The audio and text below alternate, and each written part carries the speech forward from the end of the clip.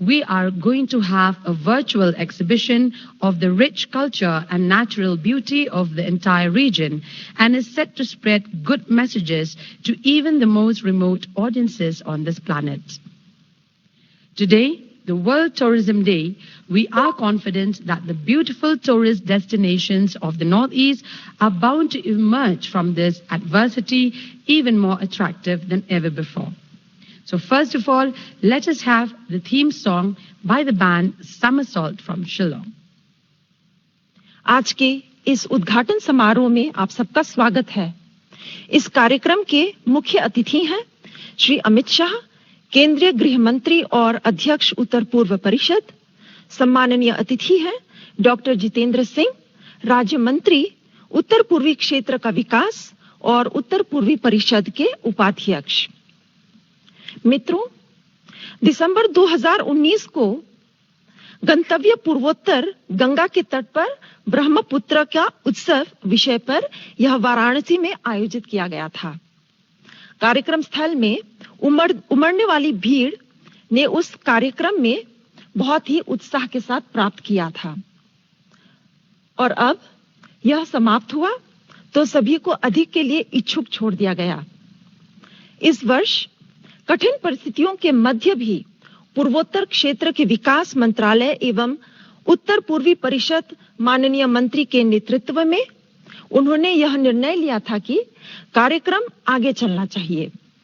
अतः हम यहाँ आभासी रूप में उभरते सुंदर स्थलों का जश्न मनाने हेतु उपस्थित हुए हैं। महामारी द्वारा बनाई गई प्रतिकूलता ने एक अप्रत्याशी अवसर पैदा किया है, क्योंकि इस क्षेत्र की समृद्ध संस्कृति और प्राकृतिक सुंदरता की इस आभासी प्रदर्शनी में कहा जाता है कि यह ग्रह पर सबसे दूरस्थ दर्शकों के लिए भी अच्छे संदेश फैलाता है। आज विश्व पर्यटन दिवस है और हमें विश्वास है कि उत्तर पूर्व के खूबसूरत पर्यटन स्थल इस प्रतिकूलता से उभरने के लिए बाध्य है और पहले से भी अधिक आकर्षण होगा। अब मैं समरसॉल्ट का स्वागत करती हूं कि वे अपनी प्रस्तुति दें।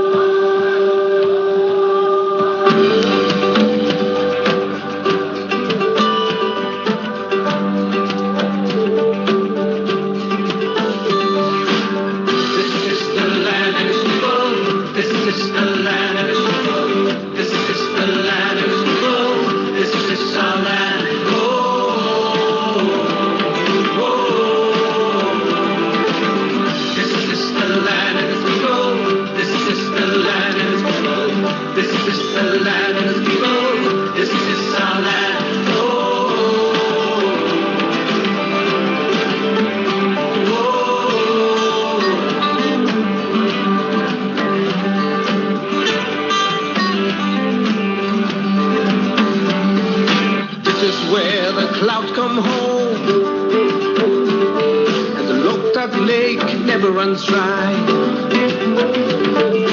This is where the rhinos roam.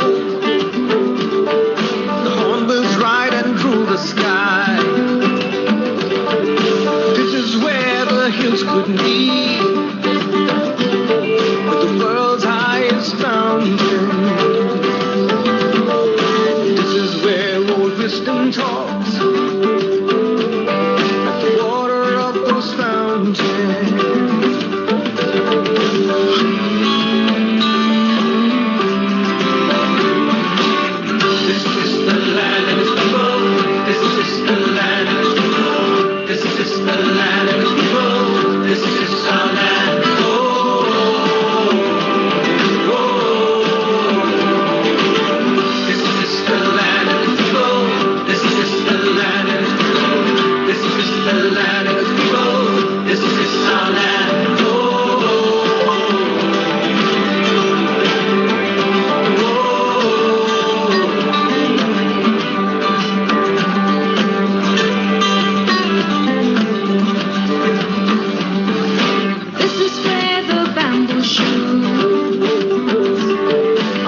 side of the paddy. This is where the chili blows, like a king and the rivers run free. This is where the warriors stand to fight the odds and the battle. This is where word turns to song, like flying birds and riddles.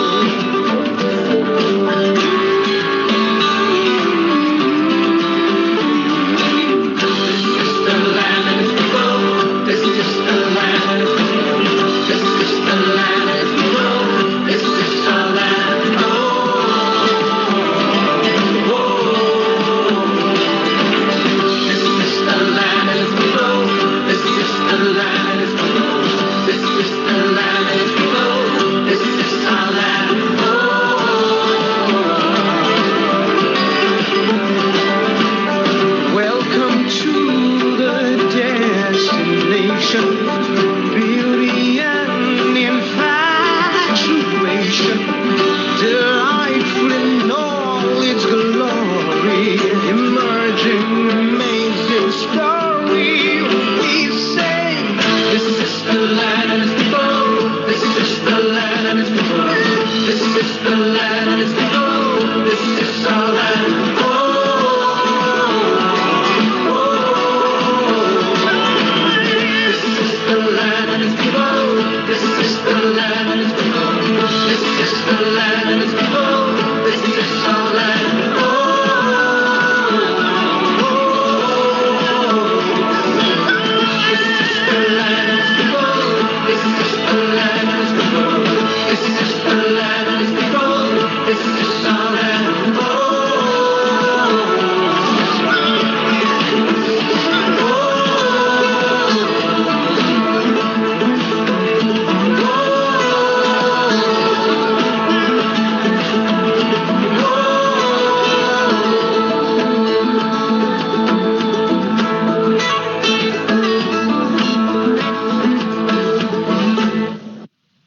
Thank you, Somersault, for that beautiful rendition.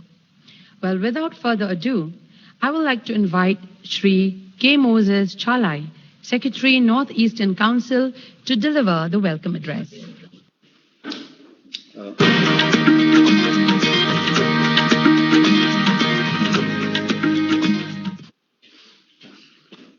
माननीय केंद्र गृह मंत्री एवं अध्यक्ष NSC Shri Amit Shah ji, माननीय राज्य मंत्री स्वतंत्र प्रभार डोनर एवं उपाध्यक्ष एनएससी डॉक्टर जितेंद्र सिंह जी, माननीय मुख्यमंत्री अरुणाचल प्रदेश श्री पेमा खंडू जी, माननीय मुख्यमंत्री असम श्री सर्बानंद सोनोवाल जी, माननीय मुख्यमंत्री मणिपुर श्री एन बीरेन सिंह जी, माननीय मुख्यमंत्री मेघालय कोनराड के संगमा, माननीय मुख्यमंत्री मिजोरम श्री जो रामथंगा जी, माननीय मुख्यमंत्री नागालैंड श्री निफ्यू रियो जी, माननीय मुख्यमंत्री सिक्किम श्री प्रेम सिंह तमांग जी, माननीय मुख्यमंत्री त्रिपुरा श्री बिप्लब कुमार देव जी, आदरणीय सचिव डोनर, आदरणीय मेंबर्स एनएससी और उत्तर पूर्व क्षेत्र के सभी 8 राज्यों की सम्मानित अतिथिगण, डेस्टिनेशन नॉर्थ ईस्ट 2020 के अवसर पर मैं तहे दिल से आप सभी का बहुत बहुत आभार प्रकट करता हूं और हार्दिक स्वागत करता हूं। इस साल का विषय थीम है दी इमर्जिंग डिलाइटफुल डेस्टिनेशंस। इस वर्ष महामारी के कारण हम पिछले वर्षों की तरह प्रत्यक्ष रूप से इस कार्यक्रम का आयोजन नहीं कर पा रहे हैं, जैसे कि हम पिछले वर्षों में उत्तर पूर्व क्षेत्रों के बाहर शहरों में करते आ रहे थे। Today's event coincides with the World Tourism Day. The objective of this event is to promote and showcase the rich heritage of the northeastern region, the wonderful destinations that we have, and the huge business opportunities of business and development being offered by the region. The event also aims to take Northeast closer to the rest of the country for better understanding and integration. Though this year we are limited and can only conduct this event virtually, yet it has provided unexpected opportunity to reach out to many more audience through the virtual platforms. I would like to acknowledge with appreciation the guidance and advice of our Chairman, Vice Chairman of NSC, and Secretary Donor for ensuring that we do not give a miss of this event even this year too. I'm confident that we will have a successful 4 days festive event. I once again extend my warm welcome to our Honorable Chief Guest, Honorable Guest of Honor, and the Honorable Chief Ministers, and all the esteemed participants to this event once again. Thank you and Jai Hind. स्पर्शी स्वागत भाषण के लिए आपका बहुत बहुत धन्यवाद महोदय। अपनी प्राकृतिक सुंदरता के लिए अक्सर कहे जाने वाले Switzerland of the east Nagaland में उत्तर पूर्व के सबसे खूबसूरत पहाड़ी इलाकों का भंडार है। इसके बारे में आपको क्या कहना है? Thank you so much, Jean. Well, Nagaland is, of course, a charming place of rugged mountains, deep valleys, and beautifully sculpted terraced farming. Well, the land is inhabited by several tribes, and the entire region is filled with some very mystic folk tales. And yes, there is this music of Nagaland, which is very, very enticing. The voices are beautiful, and of course, the themes of the music and of the songs are very, very many, well, as many as we can imagine. And that's exactly what we are going to present to you today. So, but first of all, we will be having from the land that is so famous here in Northeast and extremely talented and musical people, we have a choir presentation by the Voices of Nagaland. हमारा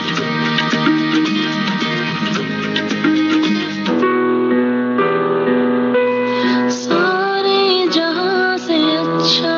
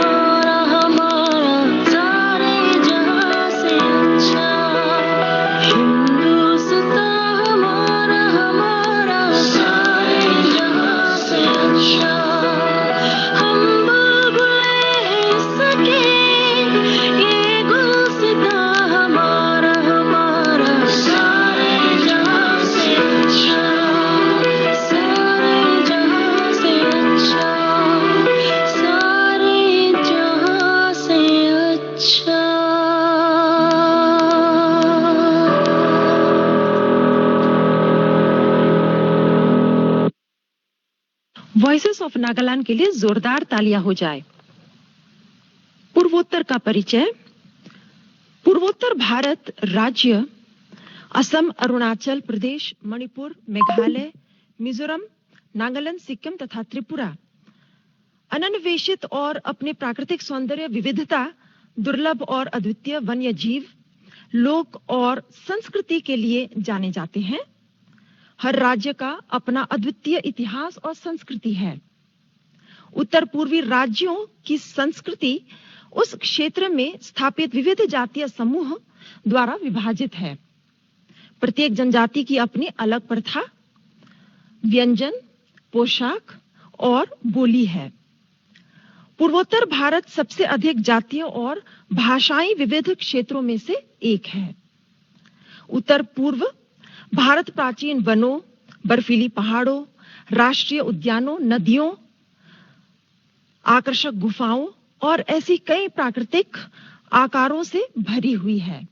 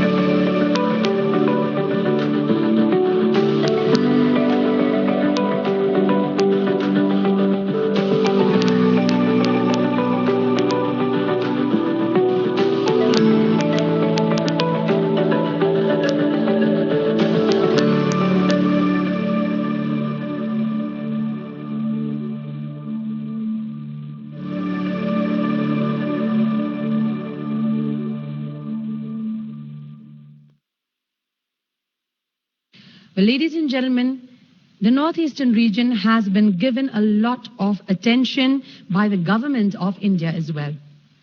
It is the only region of the country that has a full-fledged ministry in the government working for its development. I would now like to call upon Dr. Inderjeet Singh, Secretary, Ministry of Development of Northeastern Region, to kindly address the gathering.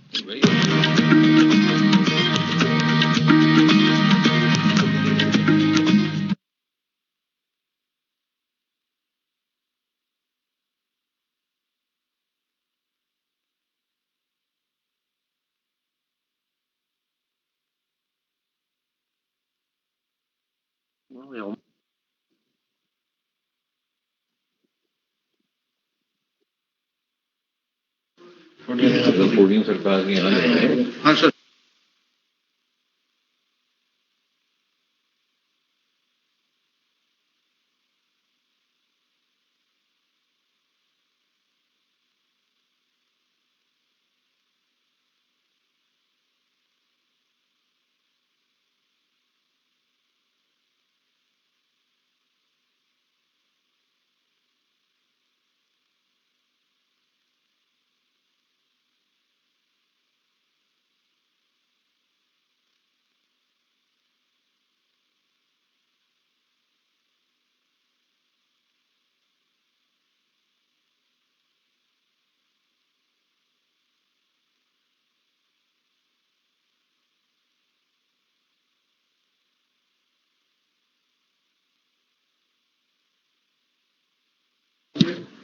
कैमरे का focus इनके ऊपर कर दीजिए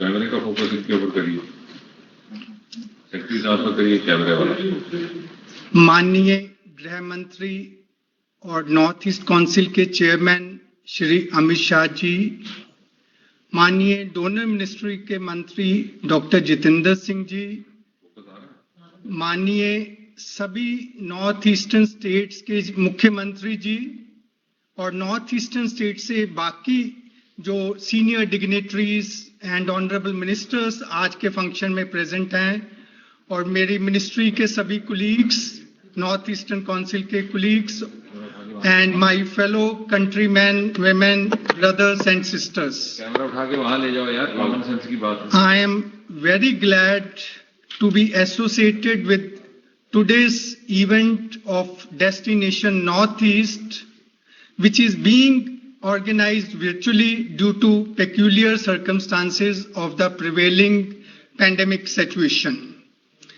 As we all know, पिछले साल ये event हमने वाराणसी में किया था and it was a great success.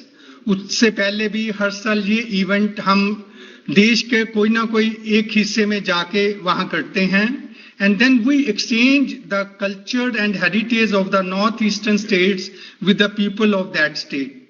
Due to this reason, although it was a crisis situation due to which we could not go to any particular place, but I must say that the ministry and the Northeastern Council and all the Northeastern states together have converted this crisis into an opportunity under which, instead of just going to one place, today we are connecting to the entire country. Rather, I should say we are connecting to the people even outside the country through this virtual destination Northeast. We all know Northeast region has many strengths in many different fields. Today, when we celebrate the World Tourism Day, we all know Northeast is one of the rich destinations, even from a tourism angle. Whether it is eco-tourism or adventure tourism or wildlife tourism, or for that matter, you name any facade of tourism, you will find in one part or other of the northeastern states, we have the opportunities for the tourists from within the country as well as from outside the country. Now you talk of many important iconic sites, whether it is Kaziranga Wildlife Sanctuary of Assam, or it is the Anthurium Festival of Mizoram, or Hornbill Festival of Nagaland, or Tawang Monastery in Arunachal Pradesh, or Kamakhya Temple in Assam, or many other palaces in Tripura. You name any place, any destination, any state of Northeast, it is all rich with important destinations. Today, I take this opportunity to invite my brothers and sisters from all over the country to visit all the important destinations and have a feel of the rich culture and heritage of Northeast through this 4 days virtual Northeast destination. But once this situation improves, the pandemic situation improves, all of you must visit physically with your families and with your friends the Northeastern states. Our ministry and Northeastern Council and all the Northeastern states are there to welcome you, and we will ensure that you will have a smooth and comfortable and enjoyable stay there. With these few words, I wish the organizers of today's event, in particular Honorable Home Minister and Honorable Minister Donor and all the Chief Ministers who have spared their valuable time to come here, and Northeastern Council Secretary in particular, who has taken all the pains to organize this event by connecting all of us. Thank you all very much.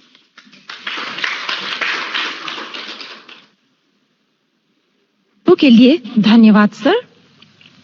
Ladies and gentlemen, the cultural mosaic of Northeast India. The medley of dances and folk music depicting art and culture by different states of the Northeast. The artistic direction is done by Dr. Kangembam Khoini. पूर्वोत्तर भारत की सांस्कृतिक पच्चीकारी पूर्वोत्तर भारत के विभिन्न राज्यों की कला और संस्कृति को दर्शाती नृत्यों और लोक संगीत की मधुरता।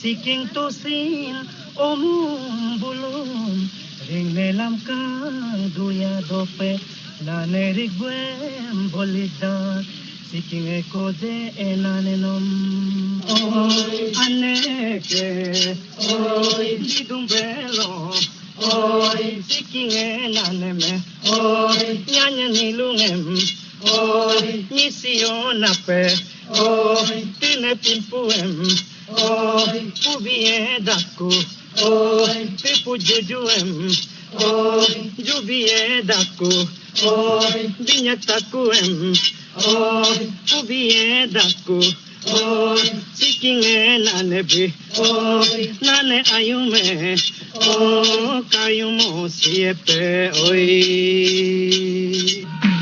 omur hari he dini koti ekosi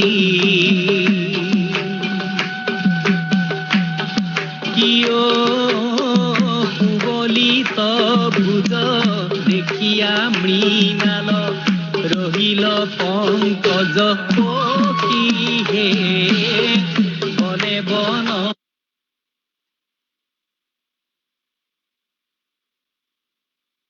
Mizoram is a mountainous state nestling in the southern part of the northeastern region. A choir which has won the Asia Pacific Choir Games in 2017 at Kuala Lumpur and silver the next year at the 10th edition of the World Choir Games in Johannesburg, South Africa. So ladies and gentlemen, we bring to you the Cardinal Choir from Mizoram.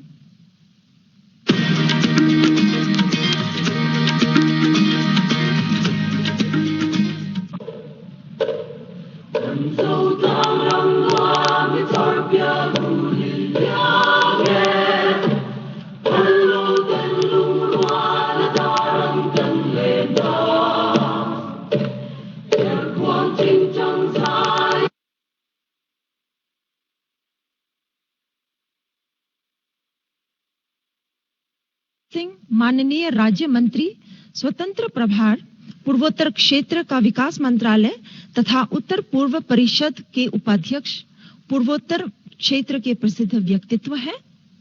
क्षेत्र के लोगों के लिए उन्होंने बहुत प्यार दिखाया और उन्होंने जब से मंत्रालय का कार्यभार संभाला है तब से विश्राम नहीं लिया है। उनकी अंतहीन ऊर्जा और अभिनव नेतृत्व इस कार्यक्रम के लिए प्रेरक शक्ति है। अब हम इस आभारी सभा को संबोधित करने के लिए आपका स्वागत करते हैं। सर।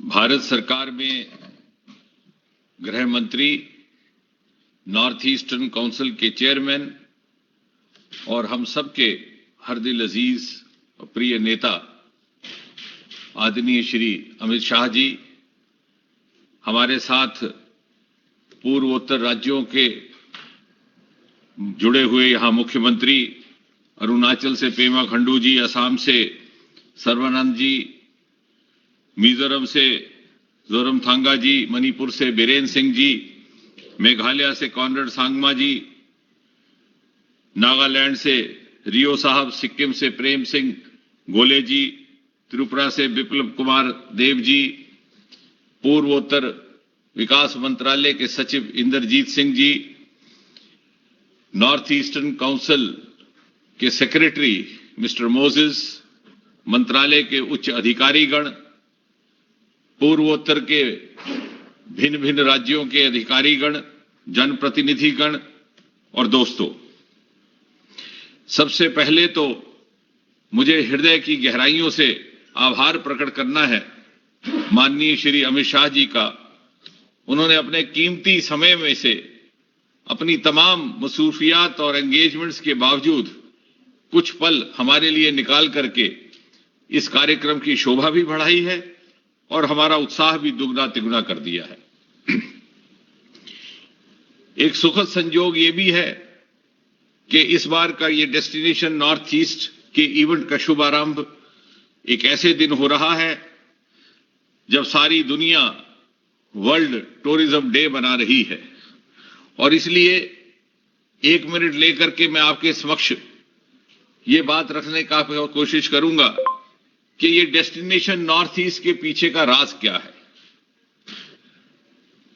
तो साहिबान, हुआ यूं कि जब आदरणीय प्रधानमंत्री श्री नरेंद्र मोदी जी ने आज से लगभग 6 वर्ष पूर्व मुझे पूर्वोत्तर की जिम्मेवारी दी, तो मैं बिल्कुल नया था। उससे पहले मैं कभी पूर्वोत्तर गया नहीं था, मुझे कोई जानकारी नहीं थी, कोई अध्ययन नहीं था, ना ही पूर्वोत्तर के किसी विशेष व्यक्ति से कोई संपर्क था। और इसलिए मैं प्रवास पर निकल पड़ा, प्रत्येक राज्य का विस्तृत दौरा किया। दिल्ली में भी जो कोई मुझे मिलता मैं उनसे पूछता कि किस प्रकार इस जिम्मेवारी का पर्याप्त ढंग से निर्वाह किया जा सकता है। तो हर कोई अक्सर यही कहता, do something to bring North East closer to rest of India, कि कुछ ऐसा कीजिए कि पूर्वोत्तर को शेष भारत के नजदीक लाया जा सके। लेकिन अपने प्रवास के अनुभव से मेरे मन में यह प्रश्न उठा कि क्यों कोई ये नहीं कहता कि bring rest of India close to North East, कि शेष भारत को पूर्वोत्तर के नजदीक लाया जाए। क्योंकि पूर्वोत्तर को शेष भारत से जो सीखना था उससे कहीं अधिक मात्रा में शेष भारत के पास पूर्वोत्तर से सीखने के लिए था। एक अद्भुत क्षेत्र, प्राकृतिक सौंदर्य से मालामाल, झील भी, झरने भी, पहाड़ भी, वादियां भी, अपने ढंग का हैंडलूम, अपने ढंग का हैंडीक्राफ्ट, एक अनोखी संस्कृति, लोगों में शालीनता, शिक्षा का उतना ऊंचा स्तर के किसी भी राज्य में 95% से कम लिटरेसी रेट नहीं था। और इसलिए यह कल्पना में आया कि हम डेस्टिनेशन नॉर्थ ईस्ट के माध्यम से पूर्वोत्तर को देश के भिन्न भिन्न भागों में रेप्लिकेट करेंगे, ताकि लोगों के ध्यान में आए कि आखिर पूर्वोत्तर है क्या, what north east is all about. हम इसको लेकर के वाराणसी पहुंचे, 4 दिन का आयोजन हुआ, लाखों की संख्या में रोज वहां विजिटर्स आते थे। और आखिरी दिन समापन के समय युवाओं का आग्रह था कि इसको आगे बढ़ा दिया जाए। इसी प्रकार हम चंडीगढ़ पहुंचे और मैं हैरान हो गया ये देख करके कि पंजाब के लोगों में, खासतौर से पंजाबी समुदाय के लोग नागालैंड के फूडलैंड के बाहर इस कदर भीड़ जमा करके रहते कि 3-4 बजे तक वहां पर पकवान समाप्त हो जाते थे। हम दिल्ली इंडिया गेट पहुंचे और इस वर्ष अप्रैल के महीने में हमें गुजरात में रहना था, लेकिन जैसा हम सब जानते हैं कोरोना के कारण ऐसा ना हो पाया और ये एक नए स्वरूप में कार्यक्रम आयोजित किया जा रहा है। बहुत समय ना लेता हुआ मैं केवल 2 बातें रख करके बात समाप्त करूंगा। पहला तो ये कि इन विशेष परिस्थितियों में अक्सर मुझसे पूछा जाता है कि आप पूर्वोत्तर की जिम्मेवारी निभा रहे हैं, कोरोना काल के बाद टूरिज्म का क्या होगा। और दूसरा ये पूछा जाता है कि पोस्ट कोविड समय में पूर्वोत्तर का भविष्य क्या है, उसकी अर्थव्यवस्था कैसी रहेगी। आज वर्ल्ड टूरिज्म डे के दिन इस मंच पर खड़ा होकर के आपके समक्ष मैं ये बात पूरी जिम्मेदारी और साहस के साथ कहने की जरूरत करता हूं कि जहां तक पर्यटन का संबंध है, आने वाले समय में कोरोना काल के बीत जाने के बाद पूर्वोत्तर का पर्यटन कई गुना बढ़ करके सामने आएगा। और उसका एक वैज्ञानिक आधार है कि हिंदुस्तान से जो annual holiday seekers European destinations जाया करते थे, उनको धीरे धीरे ये समझ में आने लगा है कि यूरोप के अधिकतर डेस्टिनेशंस जिस समय पूरी तरह से कोरोना से ग्रस्त थे, उस समय हमारे पर्यटन स्थल, भले ही वो गैंगटॉक हो, भले ही वो शिलांग हो, अंत तक कोरोना से मुक्त थे, कोरोना फ्री थे। और इसलिए टूरिज्म की दृष्टि से वो सुरक्षित स्थान भी हैं और कॉस्ट इफेक्टिव भी हैं। बीते समय की जो बाधाएं थी कनेक्टिविटी की, 5-6 वर्षों में मोदी जी के नेतृत्व में जाती रही है। एक जमाना था जब वहां कई प्रदेशों में लोगों ने रेलगाड़ी नहीं देखी थी, चाहे वो मेघालय था, अरुणाचल प्रदेश था। आज ईटानगर से अरुणाचल एक्सप्रेस चलती है। गैंगटॉक जैसे एक आकर्षक पर्यटन स्थल पर कभी हवाई अड्डा नहीं बना था। 2 वर्ष पहले प्रधानमंत्री जी ने उसका लोकार्पण किया पेंगोंग में। और इसलिए इन दुविधाओं के जाने से और नई सुविधाएं उपलब्ध होने से पर्यटन की बढ़ने की हर किसी तरह से संभावना है। और जहां तक भविष्य का संबंध है। पूर्वोत्तर का अब सुनहरी काल प्रारंभ होने वाला है, क्योंकि कोरोना काल बीत जाने के बाद जब हमारा फोकस भारत की अर्थव्यवस्था पर होगा और पोस्ट कोविड सिनेरियो पर होगा, तो सारी की सारी नजरें पूर्वोत्तर के अनएक्सप्लोर्ड पोटेंशियल एवेन्यूज और मौकों पर जाएंगी। वहां इतना कुछ खोजने को है, इतना कुछ तलाशने को है जो अभी तक नहीं किया गया था।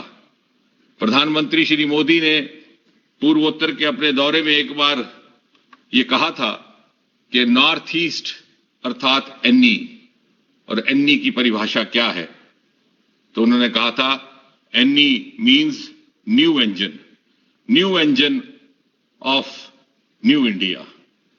आज मैं प्रधानमंत्री जी की ये भविष्यवाणी सच होते देख रहा हूं और इसका सिलसिला शुरू हो चुका है। उदाहरण के तौर पर बैम्बू देखिए, केवल एक उदाहरण देता हूं। इस देश में लगभग 5,000 से 6,000 करोड़ रुपए की तजारत प्रतिवर्ष बैम्बू के माध्यम से हुआ करती थी।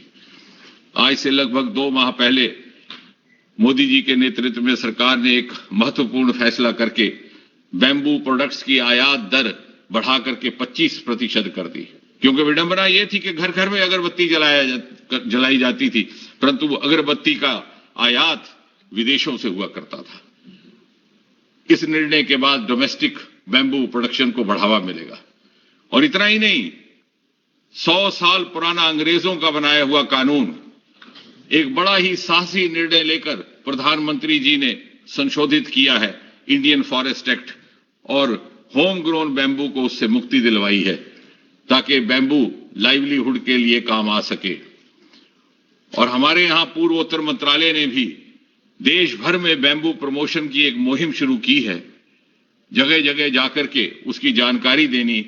और गृह मंत्री जी को ये सुनकर के खुशी होगी कि इस मुहिम का हमने प्रारंभ उन्हीं के द्वारा स्थापित नवीनतम यूनियन टेरिटरी जम्मू कश्मीर से किया, जहां 3 दिन की कार्यशाला लगाई गई और अब 3 बैम्बू क्लस्टर्स स्थापित करने की योजना है।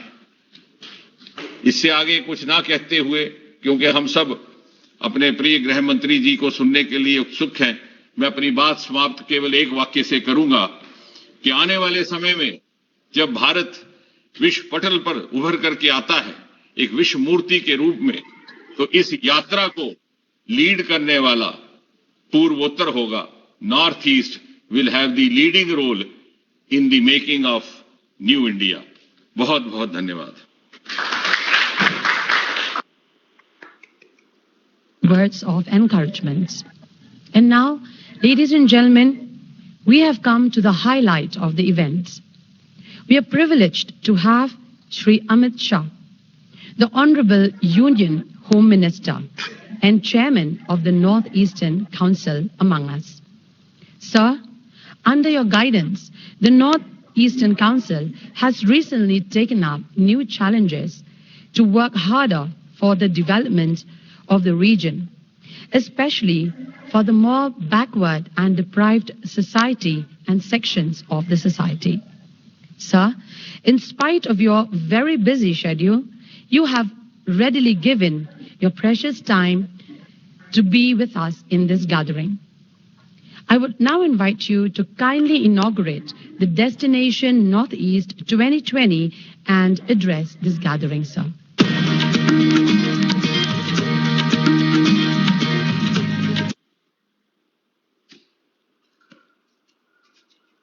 आज इस वर्चुअल कार्यक्रम में मेरे साथ उपस्थित मेरे साथी और नॉर्थ ईस्ट मंत्रालय के इंचार्ज डॉक्टर जितेंद्र सिंह जी, मैं इतना जरूर कहूंगा कि कश्मीर से कन्याकुमारी और असम से लेकर गुजरात तक नॉर्थ ईस्ट को, नॉर्थ ईस्ट की कला संस्कृति को, नॉर्थ ईस्ट की खूबियों को और नॉर्थ ईस्ट के युवा बच्चों को जन जन तक पहुंचाने का काम डॉक्टर जितेंद्र सिंह ने करा है और मैं इसका साक्षी हूं।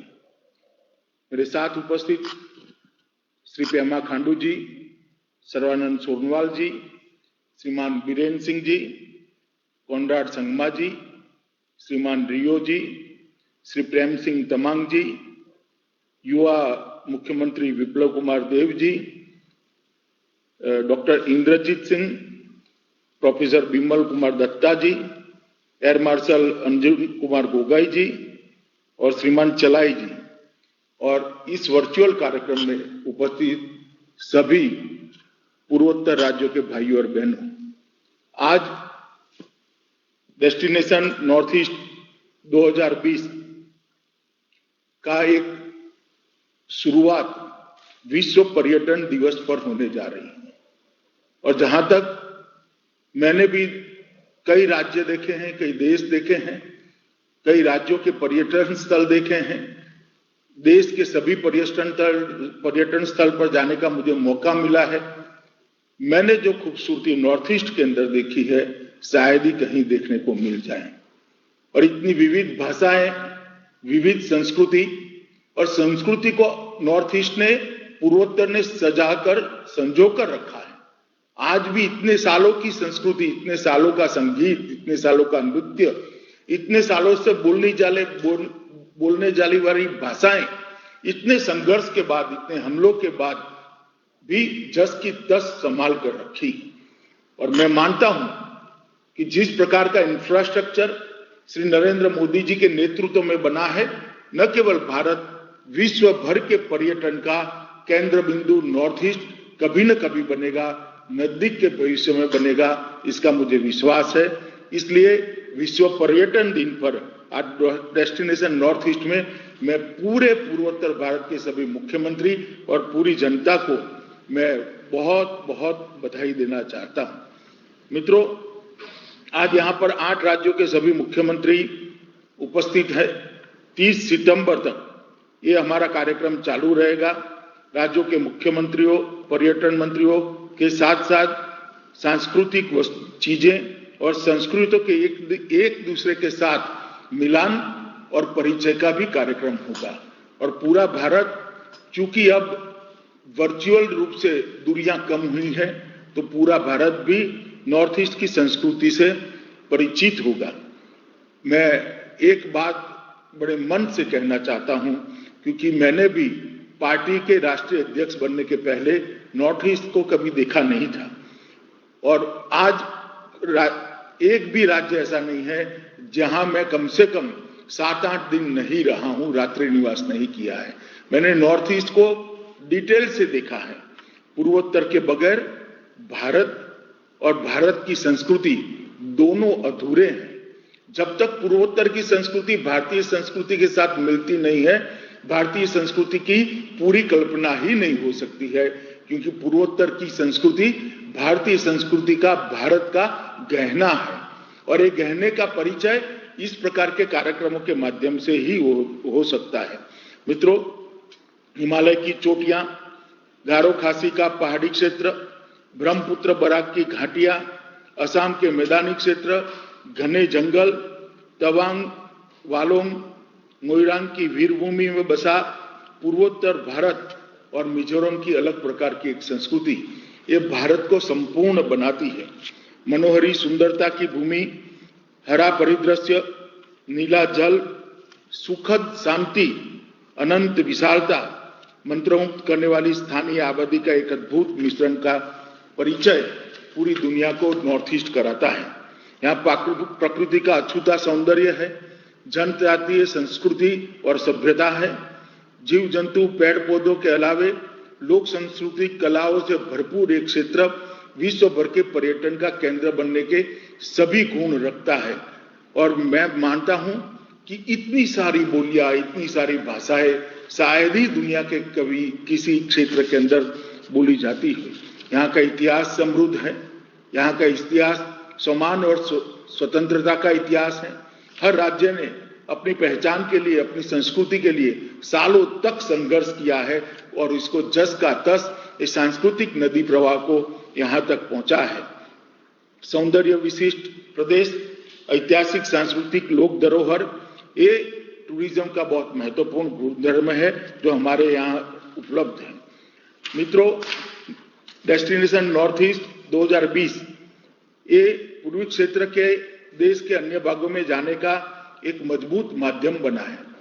चाहे वो बनारस गया, पूरे उत्तर प्रदेश और पूर्वांचल में बिहार तक एक आकर्षण का केंद्र बना। चंडीगढ़ गया तो भी पूरे पंजाब और हिमाचल प्रदेश के लिए आकर्षण का केंद्र बना, और जब दिल्ली के मैदानों में गए तब भी दिल्ली के माध्यम से समग्र देश के अंदर नॉर्थ ईस्ट का एक मैसेज गया था। मैं जितेंद्र सिंह जी को आग्रह करना चाहूंगा कि अगला समारोह निश्चित रूप से मेरी कॉन्स्टिट्यूएंसी गांधीनगर गुजरात में आप करने की कृपा करें, तो गुजरात आपके स्वागत के लिए तैयार है, और हम मन से दिल खोलकर हमारे नॉर्थ ईस्ट के भाइयों का, सभी मुख्यमंत्रियों का, सभी कलाकारों का और सभी आर्टिजन्स का स्वागत भी करेंगे, और गुजरात की संस्कृति को नॉर्थ ईस्ट का परिचय कराएंगे और नॉर्थ ईस्ट की संस्कृति का गुजरात को परिचय कराएंगे। मित्रों, हम नॉर्थ ईस्ट को अगर आर्थिक दृष्टि से आगे बढ़ाना है, पर्यटन की दृष्टि से आगे बढ़ाना है, रोजगार की दृष्टि से आगे बढ़ाना है, तो ये बहुत जरूरी था कि नॉर्थ ईस्ट के अंदर शांति बनी रहे। प्रधानमंत्री मोदी जी के प्रधानमंत्री बनने के बाद 6.5 साल के अंदर नॉर्थ ईस्ट, जो कभी आतंकवाद, बंद, हिंसा, इसके कारण सुर्खियों में रहता था, इसकी जगह आज विकास, नई लगने वाली इंडस्ट्री, युवाओं का आगे बढ़ना और ऑर्गेनिक खेती, नए स्टार्टअप, इसके कारण देश भर में चर्चा में है। मैं मानता हूं ये 6 साल शांति के साल रहे हैं। ये 6 साल में हमने शांति के लिए बहुत सारी चीजें करी है, और भारत सरकार ने नॉर्थ ईस्ट के नजदीक जाने का जो कार्यक्रम बनाया, अकेले मैं प्रधानमंत्री जी की बात करूं तो प्रधानमंत्री बनने के बाद 30 से ज्यादा बार प्रधानमंत्री जी ने अलग अलग राज्यों के दौरे करे हैं। मैं मानता हूं कि आजादी के बाद सबसे ज्यादा नॉर्थ ईस्ट में जाने वाले कोई प्रधानमंत्री होंगे तो हमारे लोकप्रिय प्रधानमंत्री श्रीमान नरेंद्र मोदी हैं। उन्होंने एक रोस्टर तय किया कि 15 दिन में एक केंद्रीय मंत्री हर बार कोई न कोई राज्य के अंदर अपने विभाग का कार्यक्रम लेकर जाएंगे, और इसको अखंड रूप से 6 साल से हम चला रहे हैं। मोदी जी की एक दूरदर्शी नेतृत्व में वर्तमान सरकार ने अपनी एक्ट ईस्ट पॉलिसी के तहत दक्षिण पूर्व एशिया के प्रवेश द्वार के रूप में उत्तर पूर्व के समावेशी विकास पर बहुत जोर दिया है, और बांग्लादेश का समझौता हमारी एक्ट ईस्ट पॉलिसी और ईस्ट के दरवाजों को खोलने वाला होगा। पूर्वोत्तर का समग्र दृष्टि से विचार पहले जब होता था, इससे अब अलग प्रकार से होने लगा है। पूर्व में विकास की कल्पनाएं पहले दिल्ली की दृष्टि से की जाती थी, अब पूर्वोत्तर के भाइयों बहनों को पूछकर, वहां के मुख्यमंत्रियों को पूछकर, वहां स्थानीय इकाइयों के नेताओं को पूछकर उनकी विकास का खाका खींचा जाता है। ये बहुत महत्वपूर्ण है, क्योंकि विकास से कुछ नहीं होता जब तक विकास के मायने वहां की जनता जो देती है उस मायने में विकास नहीं होता। आपके विकास की प्रायोरिटी आप ही तय करते हो और दिल्ली उसको फॉलो करता है। मैं बहुत बड़ी बात है। लंबे समय से चली आ रही बहुत सारी समस्याएं, जैसे Bangladesh land boundary agreement, Manipur के ब्लॉकेड को समाप्त करना, ब्रू रियांग समझौता, बोडो समझौता, 8 उग्रवादी गुटों के लगभग 644 कैडर का और हजारों हथियारों का के साथ आत्मसमर्पण, ये बहुत बड़ी उपलब्धि नरेंद्र मोदी सरकार ने की है।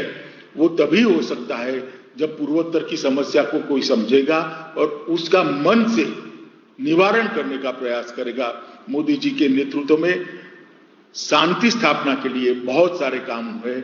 मैं आज देश के गृह मंत्री के नाते पूर्वोत्तर के सभी मुख्यमंत्रियों को और पूर्वोत्तर की जनता को कहना चाहता हूं, जो बचा कुचा है उसी को हम 2024 के पहले समाप्त कर देंगे। सबको साथ में रहकर पूर्वोत्तर के विकास के लिए हम आगे बढ़ेंगे। मित्रों, धन के बगैर विकास कभी हो नहीं सकता। पहले पूर्वोत्तर के लिए मत तो बनाए जाते थे, हेड बनाए जाते थे, मगर हेड के पीछे जो अंक होते थे, आंकड़े होते थे, वो बहुत कम होते थे। मैं आपको कुछ चीजें बताना चाहता हूं।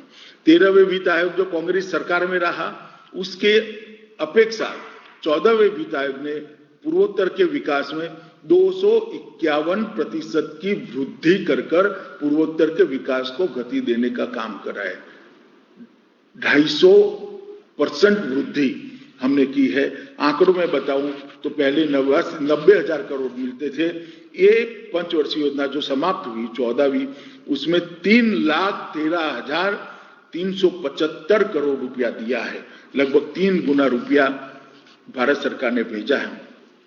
मित्रों, डोनर मंत्रालय के बजट की बात करें तो 14-15 की अपेक्षा 19-20 का बजट लगभग 65% बढ़ा है। डोनर मंत्रालय का बजट जो है वो 14वें वित्त आयोग से अलग से है और डोनर मंत्रालय ने भी छोटी छोटी चीजों को जो विकास के लिए खंड खंड जोड़ना जरूरी था उसको जोड़ने का काम किया है। मित्रों, पिछले 5 वर्ष में एनईसी द्वारा लगभग 3519 करोड़ की लागत से 477 प्रकल्पों को मंजूरी दी गई है। इसमें ज्यादातर समाप्त हो गए हैं और अब हमने निर्णय लिया है कि एनईसी के बजट का 33% पिछड़े जिले, पिछड़े गांव, पिछड़े क्षेत्र और ऐसे समुदाय के जो विकास से आज भी अछूते रह गए उनके विकास के लिए रिजर्व किया है। तो मुझे लगता है कि अब विकास का सर्वस्पर्शीय, सर्वसमावेशी स्वरूप हमारे सामने आएगा। लगभग 11,087 करोड़ रुपया की 848 परियोजनाएं हमने स्वीकृत करी है। 5500 करोड़ रुपए की 726 योजनाएं परिपूर्ण कर दी।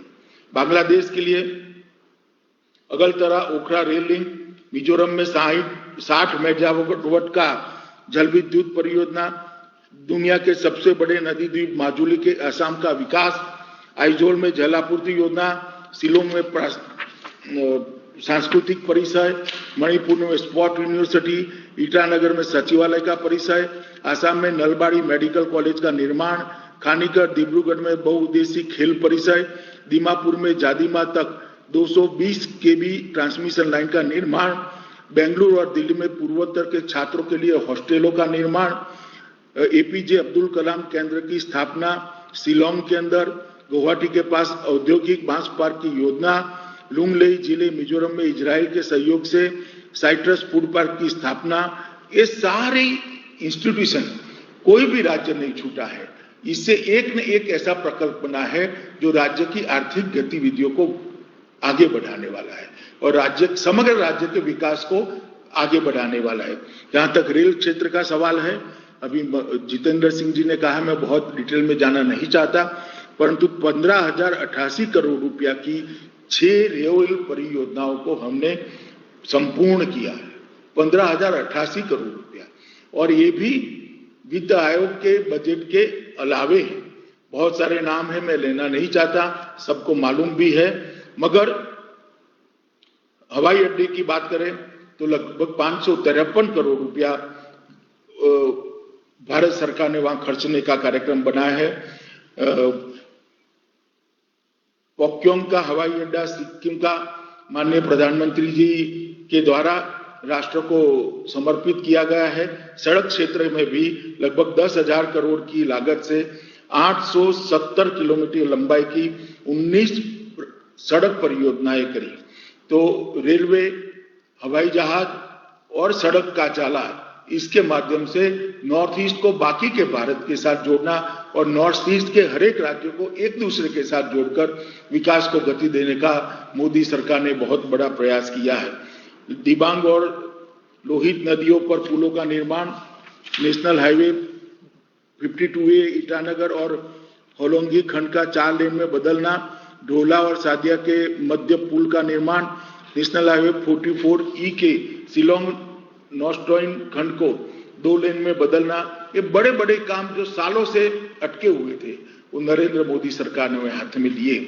इसके साथ जब तक इंस्टीट्यूशन नहीं जाते हैं बच्चों को मौका नहीं मिलता है।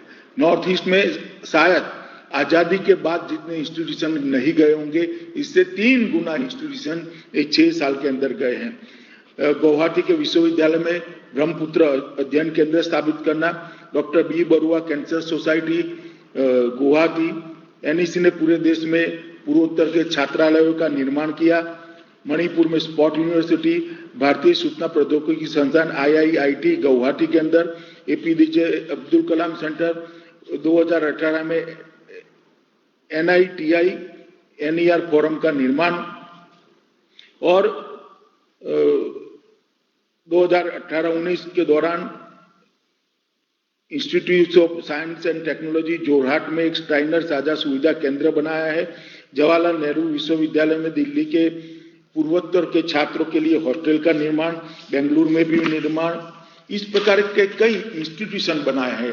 टाटा के सहयोग से नॉर्थ ईस्ट के सभी राज्यों में एक प्राथमिक कैंसर की जांच का और पोस्ट ऑपरेशन सुविधाएं मिलने का सेंटर बनने का कार्यक्रम है और गुवाहाटी में एक मुंबई के समकक्ष कैंसर की अस्पताल बनाने का भी शुरू हो गया है। मैंने ही इसका शिलान्यास किया था।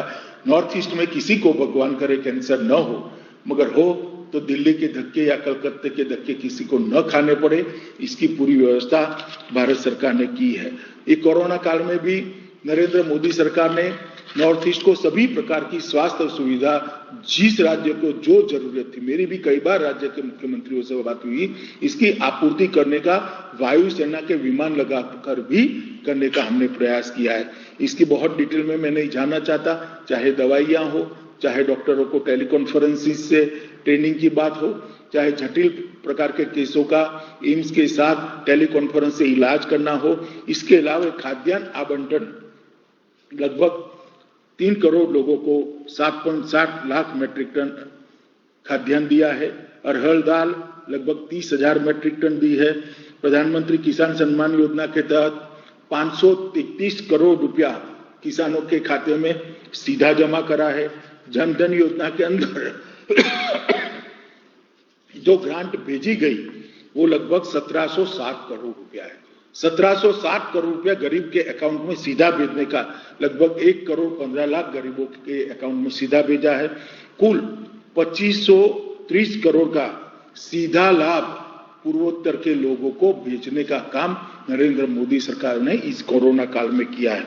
केंद्र ने अप्रैल 2020 तक पूर्वोत्तर राज्य को लगभग 8,000 करोड़ रुपया जारी करने का काम हमने किया है। मैं इसकी बहुत सारी डिटेल में जाना नहीं चाहता, क्योंकि एक अलग विषय पर, अलग मौके पर हम लोग इकट्ठा हुए हैं। मित्रों, मैं इतना ही कहना चाहता हूं कि जब आप आजाद हुए तब देश की जीडीपी का 20% हमारे पूर्वोत्तर का हिस्सा था, जो घटते घटते घटते लगभग बहुत कम हो गया। मैं आप सबसे अपील करना चाहता हूं कि मोदी सरकार ने लक्ष्य रखा है कि 24 तक हम पूर्ववत स्थिति क्या बना सकते हैं क्या? पूर्वोत्तर को टूरिज्म का सेंटर बना सकते हैं क्या? पूर्वोत्तर के कुछ राज्यों को उद्योग का सेंटर बना सकते हैं क्या? पूर्वोत्तर को हम आईटी का एक बहुत बड़ा हब, कि बच्चे पढ़े लिखे हैं, बच्चों के पास टैलेंट है, उनको एक बहुत बड़ा हब बना सकते हैं क्या? पूर्वोत्तर को ऑर्गेनिक खेती का हब बना सकते हैं क्या? और पूर्वोत्तर की संस्कृति को सजोते हुए हम अगर 20% जीडीपी का लक्ष्य रखते हैं तो मुझे लगता है कि एक्ट ईस्ट की पॉलिसी जो भारत सरकार की है, इसका गेटवे पूर्वोत्तर बन सकता है और पूरे ईस्ट में मटेरियल बेचने का, एक्सपोर्ट करने का और अर्थतंत्र को गति देने का काम पूर्वोत्तर कर सकता है। जरूरत है संकल्प की, मेहनत की और एक साथ आकर काम करने की। मुझे बहुत खुशी है कि आज 8 राज्य नेडा के मेंबर हैं। 8 राज्यों ने एनडीए के साथ जुड़ने का फैसला किया है और मोदी जी के नेतृत्व में ये 8 राज्य एक 8 भाई की तरह आगे बढ़ रहे हैं। मोदी जी का नेतृत्व और समग्र पूर्वोत्तर के विकास का एक विजन और आप सभी का परिश्रम, ये तीनों इकट्ठा होते हैं तो मुझे लगता है कि बहुत नजदीक हम पहुंच जाएंगे हमारी जो पूर्ववर्ती स्थिति थी उसमें। और डॉक्टर जितेंद्र सिंह हर छोटी छोटी चीज का ख्याल रख रहे हैं, आपके साथ कोऑर्डिनेशन भी कर रहे हैं और भारत सरकार की हर योजना आपके पास पहुंचे, इसलिए अपने प्रभाव का उपयोग हर सचिवालय में, हर सचिव पर भी करते हैं। मुझे विश्वास है आप सभी के नेतृत्व में और देश में मोदी जी के नेतृत्व में पूर्वोत्तर का विकास होगा। मैं फिर से एक बार destination North East 2020 emerging delightful destinations के थीम के साथ शुरू हुआ ये जो डेस्टिनेशन नॉर्थ ईस्ट 2020 है, इसको बहुत बहुत शुभकामनाएं देता हूं और ये कार्यक्रम अपने सभी उद्देश्यों में सफल हो ऐसी प्रार्थना भी करता हूं। फिर से एक बार आप सभी को आज पर्यटन दिन की बहुत बहुत शुभकामनाएं। कोरोना के खिलाफ जो संघर्ष कर रहे हैं, इसमें हम सफलतापूर्वक लड़कर पूरे विश्व में अपना उदाहरण बिठाए, ऐसी भी मैं शुभकामनाएं देकर आप सबको ये कार्यक्रम सफल हो ऐसी शुभकामना देता हूं। भारत माता की जय। ठहरो आभार बाबर हो जाए। शब्दों के लिए आपका बहुत बहुत धन्यवाद सर। मित्रों, अब हम इस उद्घाटन समारोह की समाप्ति पर पहुंच गए हैं। अब मैं उत्तर पूर्व परिषद के योजना सलाहकार श्री CH खारशियन को धन्यवाद प्रस्ताव के लिए आमंत्रित करती हूं।